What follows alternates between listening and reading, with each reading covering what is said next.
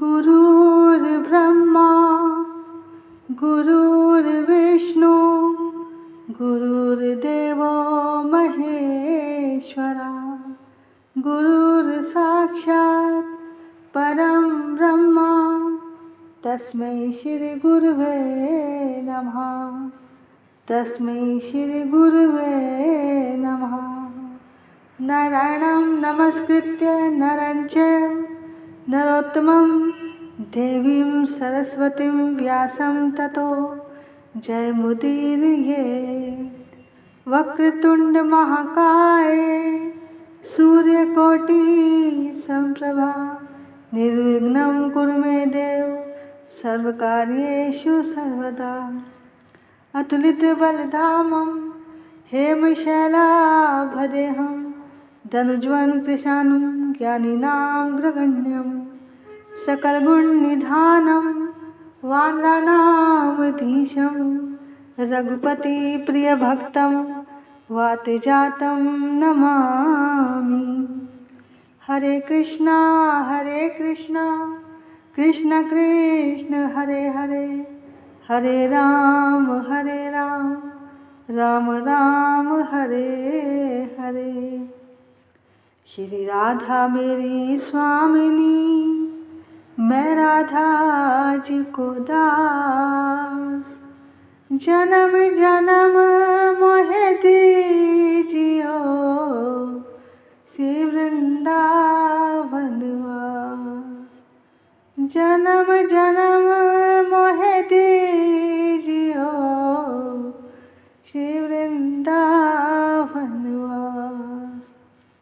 सब द्वारन को छोड़ के आई आप जी के द्वार। हे वृषभानु की लाडली जरा मेरी ओर निहार। जरा मेरी ओर निहार। श्री कृष्ण गोविंद हरे मुरारी हे नाथ नारायण वासुदेवा।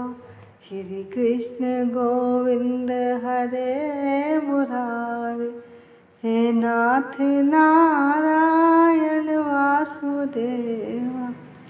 हे नाथ नारायण वासुदेवा। हे नाथ नारायण वासुदेवा। श्री कृष्ण गोविंद हरे मुरारी हे नाथ नारायण वासुदेवा। भजो निताई गौर राधे श्याम। भजो हरे कृष्णा हरे राम। भजो निताई गौर राधे श्याम। भजो हरे कृष्णा हरे राम। भजो निताई गौर भजो निताई गौर भजो निताई गौर राधे श्याम। भजो निताई गौर राधे श्याम। भजो हरे कृष्णा हरे राम। भजो हरे कृष्णा हरे राम। भजो हरे कृष्णा हरे राम। सभी प्रभु प्रेमियों को मुझ कृष्ण प्रिया किशोरी दासी की ओर से वृंदावन से राधे राधे राधे राधे प्रणाम वंदन। बोलिए राधा रानी सरकार की जय। वृंदावन धाम की जय। सद्गुरुदेव महाराज की जय। बांके बिहारी लाल की जय।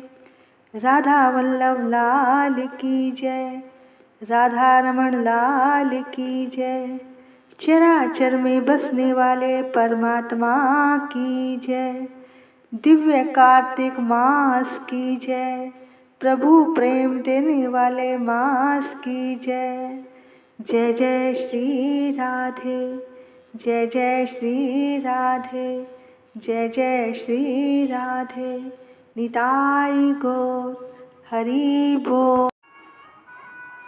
इस संसार में एक भगवान की भक्ति ही है जिसे सभी आसानी से कर सकते हैं और जिस पर सभी मनुष्यों का अधिकार है। इस कलयुग में तो भक्ति के समान अपनी आत्मा के उद्धार के लिए दूसरा कोई आसान तरीका नहीं है, क्योंकि योग, तप, ज्ञान आदि इस युग में सिद्ध होना बड़ा कठिन है। अब हमको ये विचार करना है कि ईश्वर क्या है और उसकी भक्ति क्या है। तो जो सारी की सारी दुनिया को बनाने वाले हैं, जो हमें इस भवसागर से पार करते हैं, उन्हें ईश्वर कहते हैं और उन्हीं ईश्वर से परम प्रेम होना ही उनकी भक्ति है। ऐसा प्रेम जैसा सूरदास ने किया, मीरा ने किया, रैदास ने किया। देखो, प्रेम कभी अगर होता है तो वो ईश्वर से ही होता है। संसार में जितने भी संबंध हैं उन्हें प्रेम नहीं कहते। जैसे गुरु और शिष्य का जो संबंध है उसे प्रेम नहीं, श्रद्धा कहते हैं। माता पिता का अपनी संतान से जो रिश्ता है उसे भी प्रेम नहीं कहते, उसे मोह कहते हैं। और एक लड़के का जो लड़की के साथ संबंध है उसे भी प्रेम नहीं, आसक्ति कहते हैं। क्योंकि यहाँ सारे के सारे रिश्ते स्वार्थ के हैं, नकली हैं, जो बदला चाहते हैं, जो हर पल हर क्षण बदलते हैं। अगर इनका स्वार्थ पूरा ना हो तो ये रिश्ते टूट जाते हैं। जो हमसे कुछ भी चाहते हैं वो हमारे प्रियतम कैसे हो सकते हैं। परंतु जो भगवान से हमारा प्रेम होता है, असलियत में तो उसे ही प्रेम कहते हैं। शुद्ध प्रेम, जिसमें कोई मिलावट नहीं, जिसमें किसी चीज़ की कोई चाहत नहीं। पर भैया, यही तो रोना है कि आजकल की इस दुनिया में कोई भगवान से प्यार करता ही नहीं। अरे, हम तो मंदिर भी जाते हैं तो मंदिर में 1 रुपया चढ़ाकर हम अपनी इच्छाओं की लिस्ट भगवान के सामने रख देते हैं। हमने तो कभी प्यार से भगवान की ओर ध्यान से कभी देखा भी नहीं होगा। अरे, उस परमात्मा से सच्चा प्यार करके तो देखो। अरे, हमसे ज़्यादा स्वार्थी कौन होगा जो 1 रुपये का भी बदला चाहता है। अरे, वो परमात्मा जो सारी दुनिया बनाने वाला है, वो क्या नहीं कर सकता। तो ईश्वर से प्रेम करना ही उनकी भक्ति है। और ये प्रेम मिलता कैसे है? इसके लिए हमें जो प्रभु के प्रेमी होते हैं उनका संग करना चाहिए, उन्हीं की कथा सुननी चाहिए। तब धीरे धीरे अपने आप हमें परमात्मा से प्रेम हो जाएगा। देखो, एक ईश्वर ही है जो तुम्हारा ना रूप देखते हैं, ना आयु देखते हैं, ना रंग देखते हैं, बस वो तो तुम्हारा भाव देखते हैं, प्यार देखते हैं। मकसदे ज़िंदगी समझ, कीमते ज़िंदगी न देख, इश्क खुद ही है बंदगी, इश्क में बंदगी न देख। अरे जो इस प्रेम के बंधन में आनंद है, इसकी तुलना लाख मुक्तियों से भी नहीं हो सकती। ईश्वर जो भी करता है अच्छा ही करता है, बुरा तो वो कर ही नहीं सकता। पर हम लोग स्वार्थ की नज़रों से देखते हैं, इसलिए बात समझ में नहीं आती। अगर परमार्थ की नज़रों से देखोगे तो जो हो रहा है सब अच्छा ही लगेगा।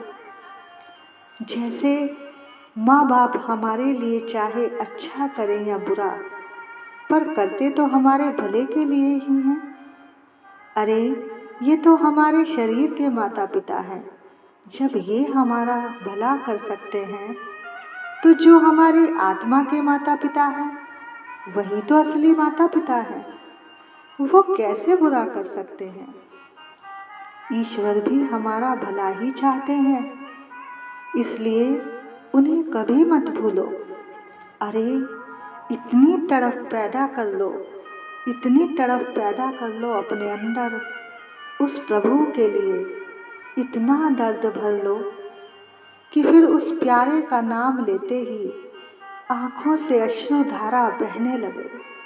एक क्षण भी ऐसा ना हो जब उसकी याद ना आए। अविराम आँखों से बरसता आंसुओं का मेह हो लटपटाती चाल निश दिन छटपटाती देह हो। तेरी याद में जब आंसू आँखों से बहते हैं, एक दर्द उठे मीठा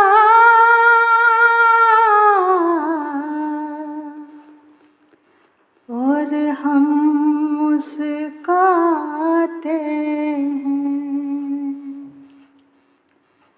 तेरी याद में जब आंसू,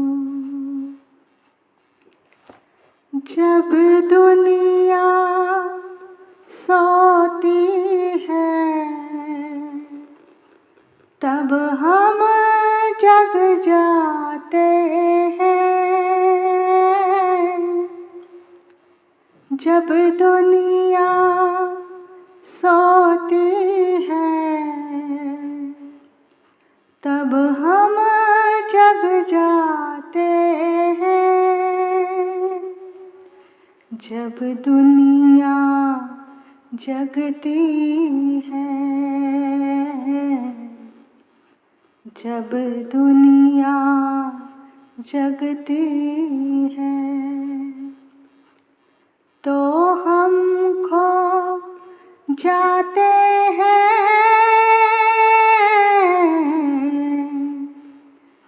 तो हम खो जाते हैं।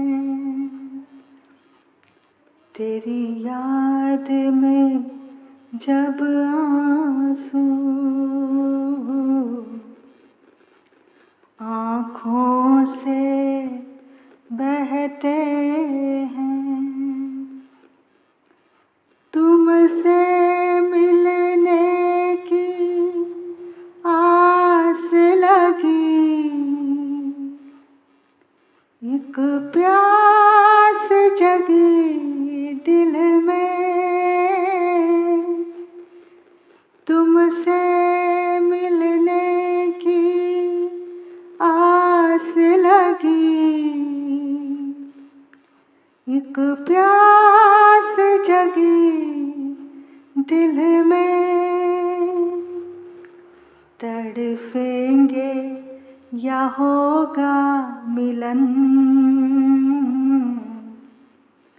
तड़फेंगे या होगा मिलन, राजी हुए जाते हैं, राजी हुए जाते हैं। तेरी याद में जब आंसू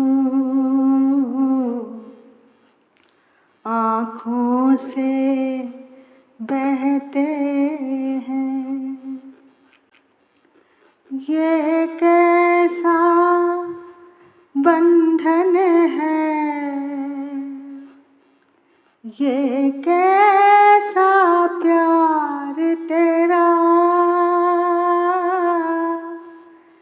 ये कैसा बंधन है, ये कैसा प्यार तेरा। हम याद करें हर पल, हम याद करें हर पल, तुझे याद ना आते हैं, तुझे याद ना आते हैं। तेरी याद में जब आंसू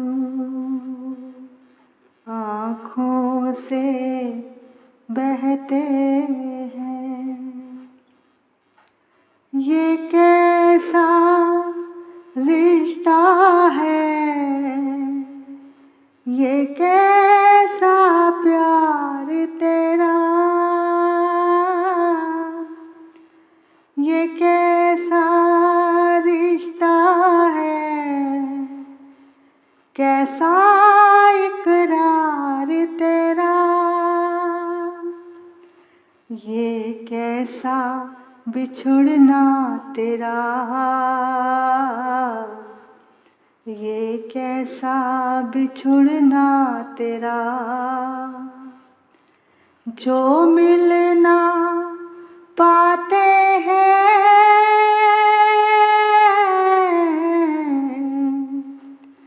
जो मिलना पाते हैं। तेरी याद में जब आंसू एक बार चले आओ, मेरे प्यार चले आओ, एक बार चले आओ, मेरे प्यार चले आओ। क्यों देर लगाई है, दिलदार चले आओ, क्यों देर लगाई है, दिलदार चले आओ। कर कर के याद तुम्हें, कर कर के याद तुम्हें, हम नीर बहाते हैं, हम नीर बहाते हैं। तेरी याद में जब आंसू आँखों से बहते हैं, एक दर्द उठे मीठा और हम मुस्काते हैं, और हम मुस्काते हैं। ये प्रेम की दशा है प्यारे,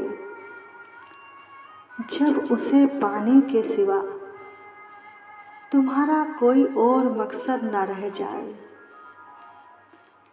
तेरा प्यार इतना ज़्यादा हो जाए उससे, इतना ज़्यादा हो जाए कि ईश्वर को खुद तेरे पास आना पड़े। कुछ ऐसा कर कि खुदा खुद पूछे कि मेरा भक्त कहाँ है, कहाँ है, कहाँ है। बोलो राधा रानी सरकार की जय। जय जय श्री राधे, जय जय श्री राधे, जय जय श्री राधे। निताय गो हरि बोल। आइए अब आज कार्तिक मास की कहानी की ओर चलते हैं। बहुत समय पहले की बात है।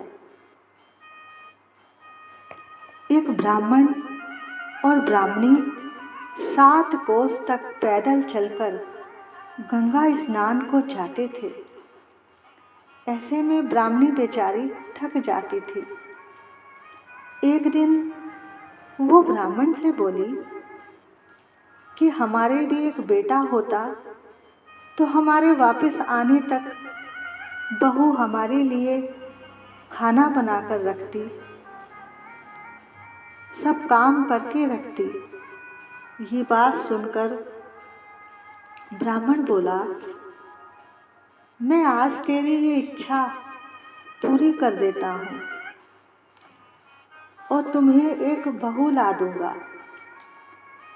तुम एक पोटली में मुझे कुछ आटा, कुछ मोहरे रख के बांध कर दे दो। अब ब्राह्मणी ने ऐसा ही किया। ब्राह्मण पोटली लेकर कुछ ही दूर गया था कि उसे यमुना के किनारे कुछ लड़कियां खेलती हुई दिखाई दी। वो सब मिट्टी के घर बनाकर खेल रही थी। उनमें से एक लड़की ने कहा कि मैं तो अपना घर नहीं बिगाड़ूंगी, मुझे तो यह घर रहने के लिए चाहिए। अब ब्राह्मण ने सोचा, ये कन्या तो बहुत ही सुशील और संस्कारी है, बहू बनाने के लिए यही लड़की अच्छी रहेगी। कुछ देर बाद वो लड़की अपने घर जाने लगी और ब्राह्मण भी उसके पीछे पीछे चल दिया। जब लड़की का घर आ गया तो ब्राह्मण ने उस लड़की से कहा, अभी कार्तिक मास चल रहा है, मैं किसी के घर का खाना नहीं खाना चाहता। मैं अपने साथ आटा लाया हूँ, तुम अपनी माँ से कहना कि वो मुझे 4 रोटी बनाकर दे देगी। तो उस लड़की की माँ ने कहा कि हाँ, मैं बना दूँगी, तू उनसे आटा ले आओ। जब वह आटा छानने लगी तो उसमें से सोने की मोहरें निकली। तो लड़की की माँ को ख्याल आया कि जिसके घर में आटे में मोहरें रखी हैं वो लोग कितने अमीर होंगे। तो ब्राह्मण ने उसकी माँ से पूछा कि मेरा लड़का बाहर पढ़ने के लिए गया हुआ है, अगर वो अपनी लड़की की शादी एक खांड के कटोरे के साथ कर दे तो अच्छा रहेगा। अब उसकी माँ ने एक कटोरी चीनी देकर ही, यानी खांड देकर शादी करके ब्राह्मण के साथ भेज दिया। अब घर जाकर ब्राह्मण ने बोला अपनी पत्नी को कि देखो, दरवाज़ा खोलो, मैं तुम्हारे लिए बहू लाया हूँ।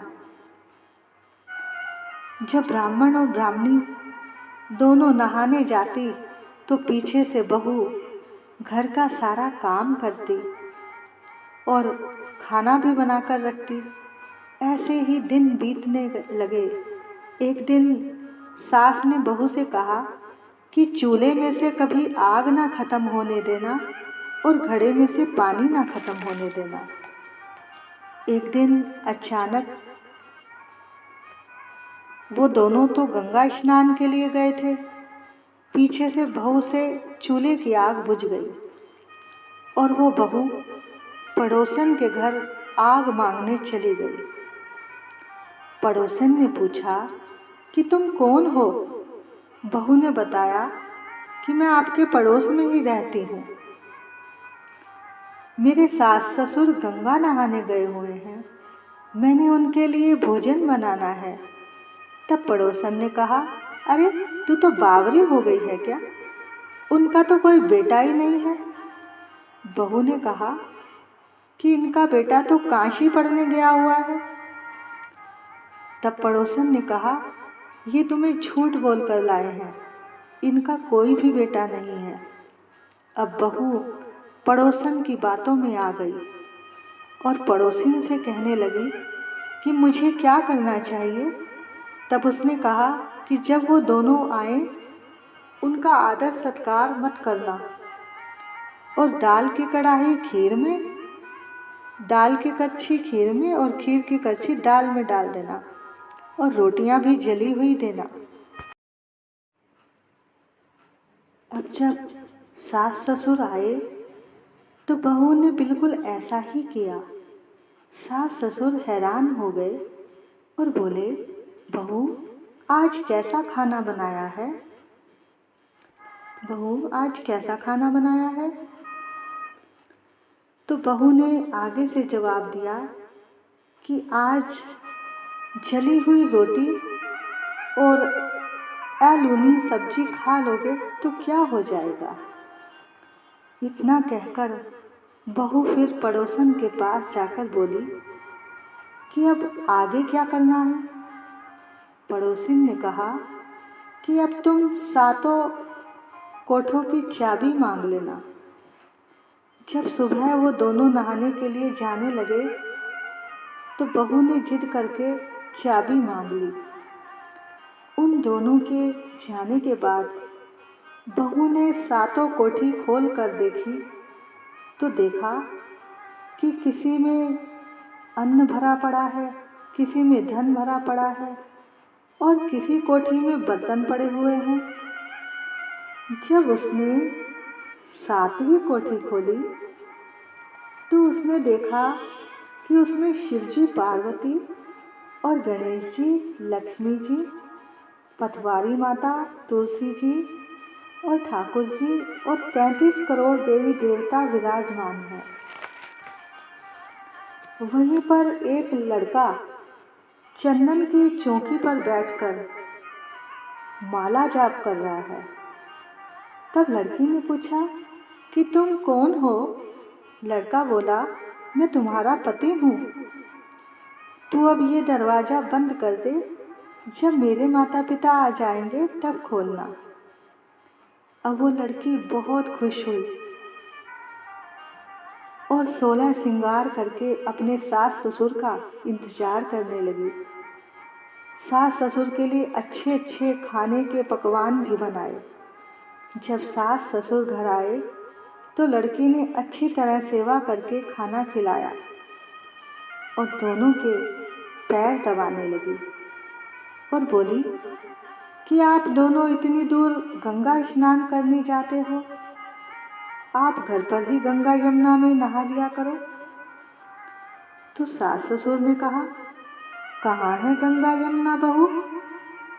तो बहू ने 7वां कोठा खोलकर दिखाया जिसमें 33 करोड़ देवता, गंगा यमुना, शिव पार्वती, पथवारी माता, राई दामोदर भगवान सब मौजूद हैं। तभी देखा कि एक लड़का चौकी पर बैठा है और माला जाप कर रहा है। तब ब्राह्मणी ने पूछा कि बेटा तुम कौन हो? तब उस लड़के ने कहा, माँ मैं तुम्हारा बेटा हूँ। तब वो ऐसा सोचकर बहुत खुश हुई कि तुम कैसे आए, कहाँ से आए?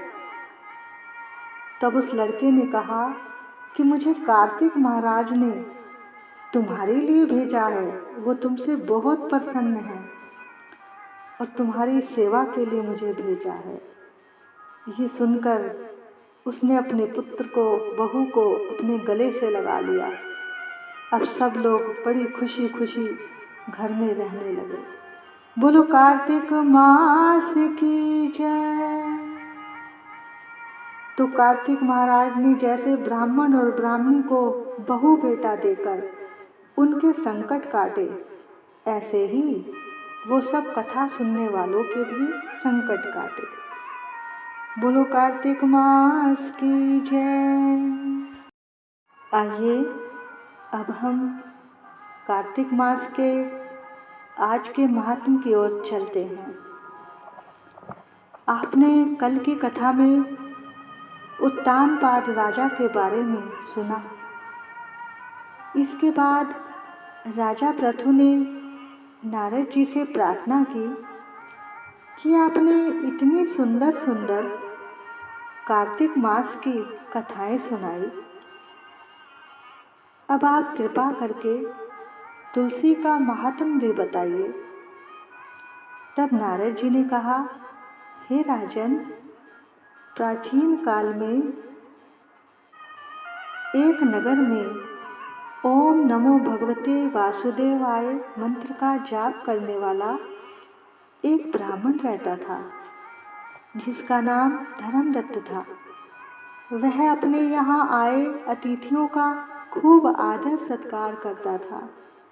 एक दिन प्रातःकाल अमृत वेला में पूजा की सामग्री लेकर वो भगवान के मंदिर जा रहा था कि इतने में सामने उसने एक राक्षसी को देखा। बड़े बड़े दांत थे, बड़ा भयानक रूप था उसका। तभी डर के मारे धर्मदत्त के हाथ में जो तुलसी मिश्रित जल था वो उस पर फेंक दिया। जल में पड़े तुलसी दल के उसके शरीर पर स्पर्श करते ही उसके सारे पाप नष्ट हो गए और वह हाथ जोड़कर उनको प्रणाम करने लगी। तब ब्राह्मण ने पूछा, तू कौन है और ये तेरी दशा कैसे हुई? अपने पापों से मुक्त राक्षसी ने कहा कि पिछले जन्म में मैं भिक्षु नाम के पति की पत्नी थी। मैं हमेशा उनसे झगड़ा करती थी, घर का कोई काम नहीं करती थी। मेरे पति जो कहते थे मैं उनसे उल्टा व्यवहार करती थी, जिस कारण मेरे पति ने दुखी होकर जब दूसरा विवाह करने की सोची तो मैंने क्रोध में आकर जहर खा लिया, जिससे मेरी मृत्यु हो गई। और मरने के बाद यमराज जी ने जब मेरा लेखा खोला तो उन्होंने बताया कि तुमने कोई शुभ कर्म नहीं किया। जिस बर्तन में खाना पकाती थी उसी में खाती भी थी, इसलिए इसे अपनी ही संतान को खाने वाली बिल्ली की योनि में भेजा जाए। उसके बाद अपने पति से द्वेष करने के कारण विष्ठा खाने वाली शुक्री की योनि में भेजा जाए और फिर इसके बाद इसने आत्महत्या की है, इसलिए फिर ये बाद में प्रेत की योनि में भेजी जाए। तो वो राक्षसी कहने लगी, सो महाराज, मैं 500 वर्ष से इसी योनि में भटक रही हूँ। भूख और प्यास से दुखी होकर एक वैश्य के शरीर में प्रवेश करके कृष्णा और वेणी नदी के संगम पर गई। मैं जैसे ही नदी के तट पर पहुँची, मुझे विष्णु के दूतों ने वैश्यों के शरीर से निकालकर बाहर फेंक दिया। वहाँ से घूमती फिरती मैं आ रही थी कि आप मुझे मिल गए और आपने तुलसी मिला हुआ जो जल मेरे ऊपर फेंका है, उससे मेरे सभी पाप नष्ट हो गए हैं। अब आप कृपा करके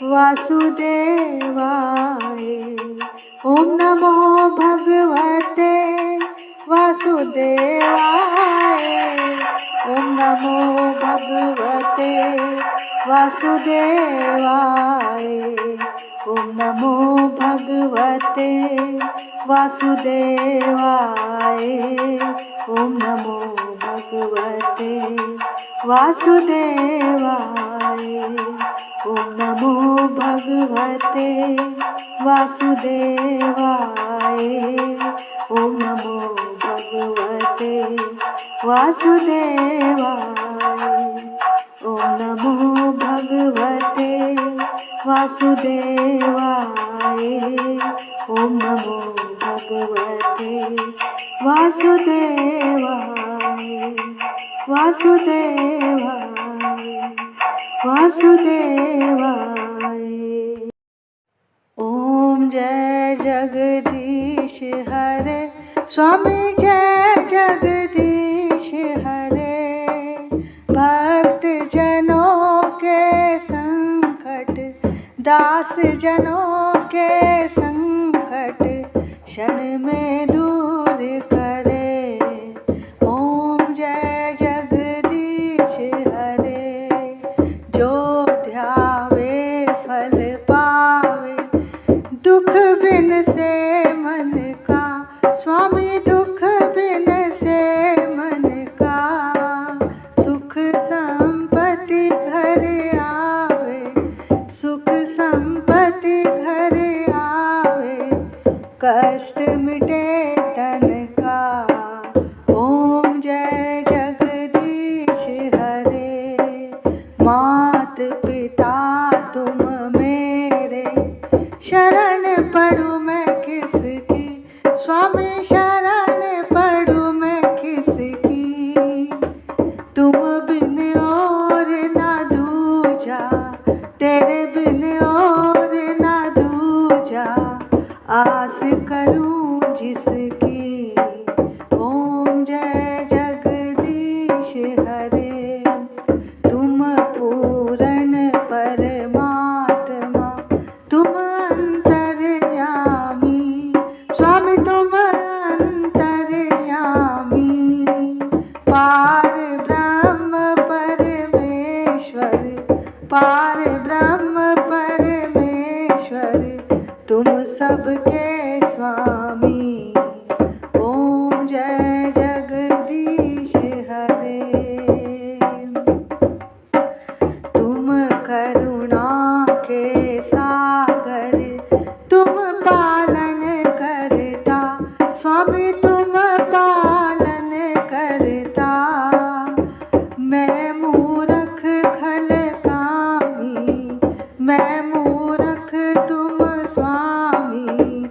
कृपा करो भरता। ओम जय जगदीश हरे।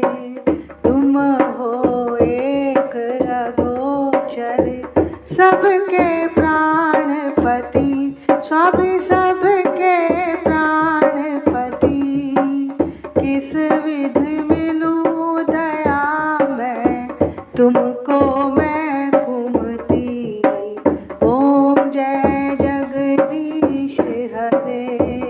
दीन बंधु दुख हरता, ठाकुर तुम मेरे। स्वामी रक्षक तुम मेरे। करुणा हस्त बढ़ाओ, अपनी शरण लगाओ। द्वार पड़ा तेरे। ओम जय जगदीश हरे। विषय विकार मिटाओ, पाप हरो देवा। स्वामी कष्ट हरो देवा। श्रद्धा भक्ति बढ़ाओ, श्रद्धा भक्ति बढ़ाओ। संतन की सेवा। ओम जय जगदीश हरे।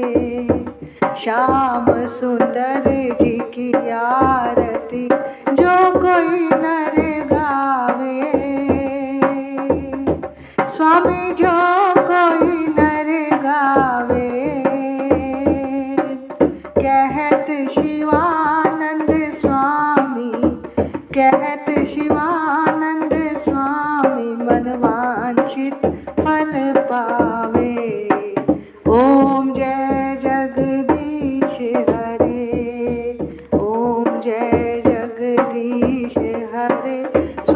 जय जगदीश हरे, भक्त जनों के संकट, दास जनों के संकट क्षण में दूर करे।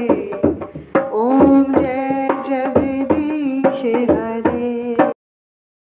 तुलसा महारानी नमो नमो, ठाकुर मन भानी नमो नमो, हरि जी की पटरानी नमो नमो, मेरे श्याम जी की प्यारी नमो नमो, मैं तो जाऊं बलिहारी नमो नमो, तेरी जोत जगाऊं नमो नमो, तेरी आरती गाऊं नमो नमो, तेरा हरि यश गाऊं नमो नमो। तुलसा महारानी नमो नमो, ठाकुर मन भानी नमो नमो, हरि जी की पटरानी नमो नमो। जो तुलसा तेरी शरण में आवे, मुँह मांगा फल सब कुछ पावे। हो मैं तो जाऊं बलिहारी नमो नमो, तुलसा महारानी नमो नमो, हरि जी की पटरानी नमो नमो। धन तुलसी पूरण तप कीना, हरि चरणन अर्पण मन कीना, शालिग्राम जी की प्यारी नमो नमो, तुलसा महारानी नमो नमो।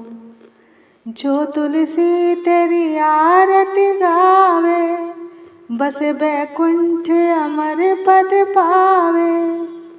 तेरी महिमा सबसे न्यारी नमो नमो, तुलसा महारानी नमो नमो, हरि जी की पटरानी नमो नमो।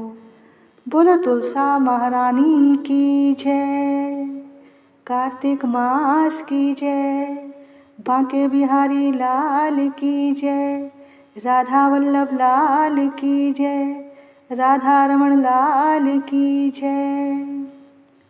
देखो भैया, ये आपका कार्तिक मास की रोज की कथा का महात्म और तुलसी आरती, उसका पूरा पैकेज तैयार कर दिया है। बस आपको रोज़ सुबह ब्रह्म मुहूर्त में उठना है, उठकर स्नान करना है और इस कथा को बड़े ही प्रेम से और भाव से सुनना है। इसके बाद तुलसी जी की पूजा और आरती करनी है। और जैसा कि यहाँ कथा के बाद सब कुछ दे रखा है आपकी सुविधा के लिए, और बस आपने करना क्या है, आपका क्या व्रत और नियम है, आप बस प्रेम से इस कथा को सुनना, बैठकर आराम से सुबह ब्रह्म मुहूर्त में, और उसके बाद अपनी आरती की थाली सजाकर बैठना। और जब इसमें आरती बोली जाए तो आप भी पहले ठाकुर जी की आरती करना और उसके बाद तुलसी जी की पूजा और आरती करना। इससे आपकी सारी पूजा पूर्ण हो जाएगी। जय जय श्री राधे, जय जय श्री राधे, जय जय श्री राधे, निताई गौर हरि बोल। राधे राधे, राधे राधे, राधे राधे।